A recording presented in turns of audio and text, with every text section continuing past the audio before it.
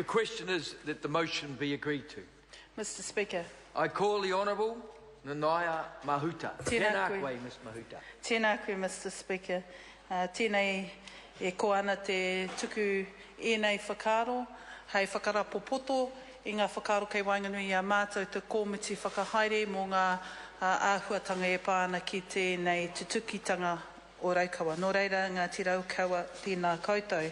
Mr Speaker, it gives me great pleasure to be able to offer a contribution in the second reading of the Raukawa Claim Settlement Bill. I will reserve the substance of my comments around this bill for the third reading and want to limit this contribution really to the considerations that the Select Committee made in hearing the submissions in Tokoroa regarding each component of the Raukawa Claim Settlement Bill. Can I say this? I want to commend the Chair of the Raukawa Trust Board, Vanessa, and your team for presenting the Raukawa Claim Settlement Bill in a way that gave a quiet assurance to members that a lot of work had gone into building and networking the relationships that kind of impacted on some components of your settlement. I say that with some caution because in a sense this settlement can be considered within the context of the Waikato River settlement, within the context of the Ngāti Koroki Kahukura settlement that is currently being considered by a Select Committee, and also, hopefully, Minister, the Maniapoto settlement, which, with fingers crossed, might just get to us before election time. So what we have is a matrix of very interwoven interests and whakapapa connections that contribute to a profile, I guess, of why settlements such as this will continue to require a lot of work. Vanessa herself, when she came to the Select Committee, made a very strong point about how much work had gone into the issue of overlapping claims because of where Raukawa is situated, with interests around with their te arawa, whānau, interests with their cousins in Pohara, and Ngāti Koroki Kahukura, interests with their whanaunga in Maniapoto. And this is how the conversation occurred before the Select Committee. Firstly, in relation to Waikeria. Obviously, both Raukawa and Maniapoto have interests in Waikeria. One of the issues that came to the committee's attention was how did both parties, I guess, signal that it was wanting to take up or purchase the Waikeria property. We heard views from both Raukawa and Waikeria. We understand that with agreement of each party, whether it's by first right of refusal or otherwise, each party will have cognizance to one another's interests to either purchase or exercise the first right of refusal interest in Waikeria. The Select Committee, stripping away all the narrative around this, considered that the provisions in the bill are fine and that this will be a healthy way to deal with this particular property. On the issue of Ngāti Koroki Kahukura, a sensitive issue because the original Raukawa claim was lodged by Wali Papa, who is Ngāti Koroki Kahukura and now has since passed, and his family continue to carry the interests of their hapu that straddle both Waikato and Raukawa in a very, let's say, independent and, a way.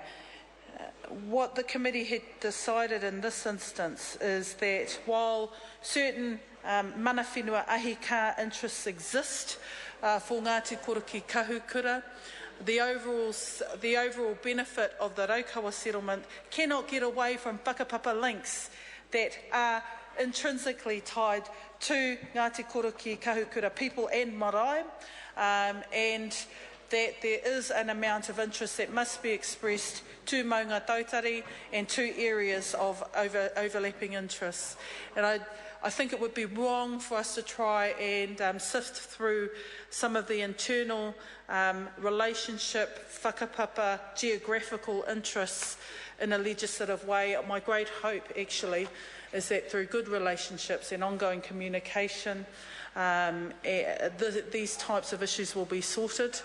I'll probably come back to this issue when the Koroki Kahukura Bill comes to the House to try and clarify how we could do that. But they did certainly want to, Ngāti Koroki Kahukura, on the substance of this bill, wanted the committee to make it absolutely clear that they had specific rights and interests from Arapuni back to Maunga Tautari, and that should not be impinged upon by the Raukawa settlement. I think the solution here is not a legislative one, it's a relationship one. I will stand to be corrected on that, but if I back my gut instinct on it, then the bill should enable those relationships to be in time strengthened.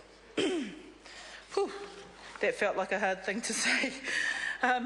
The next concern was around the interests around Te Arawa. Now, we had a very healthy conversation on Raukawa's association, map of association.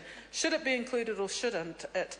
But the nature of the conversation was Raukawa had expressed a geographical interest in an area or an association to an area, but did that association necessarily, Minister, lead to an interest?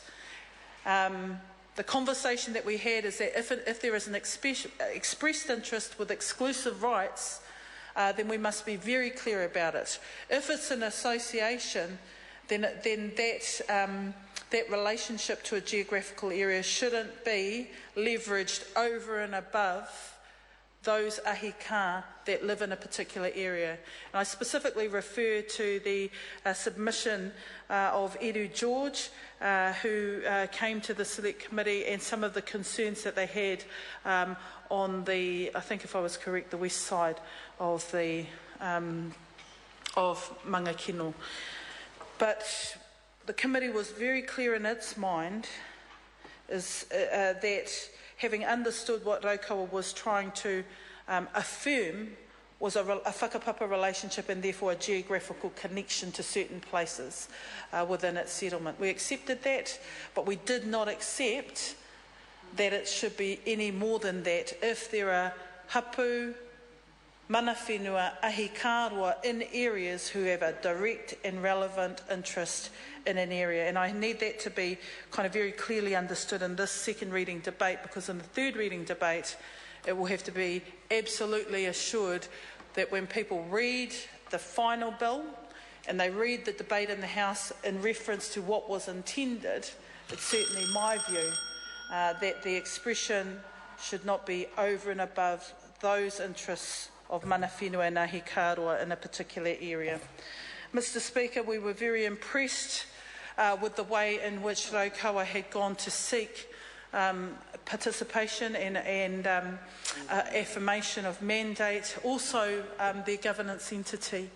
There was no doubt about it that they had really thought about the future and how they could better prepare Raukawa going forward, that they'd looked at this from an intergenerational perspective, from a good governance perspective, from a representative perspective, and we couldn't fault any of the way in which they had approached that, and therefore any criticism in that component of the debate was not really received by the Select Committee. Those were, in essence, what I had identified as the key issues in the second reading that should be referred to. One last point, we did amend to make clear that should the Maniapoto Trust Board change and become some other entity, and the reference in the bill needed to be clarified to ensure that any transfer of assets could go to the successor of the Maniapoto Trust Board.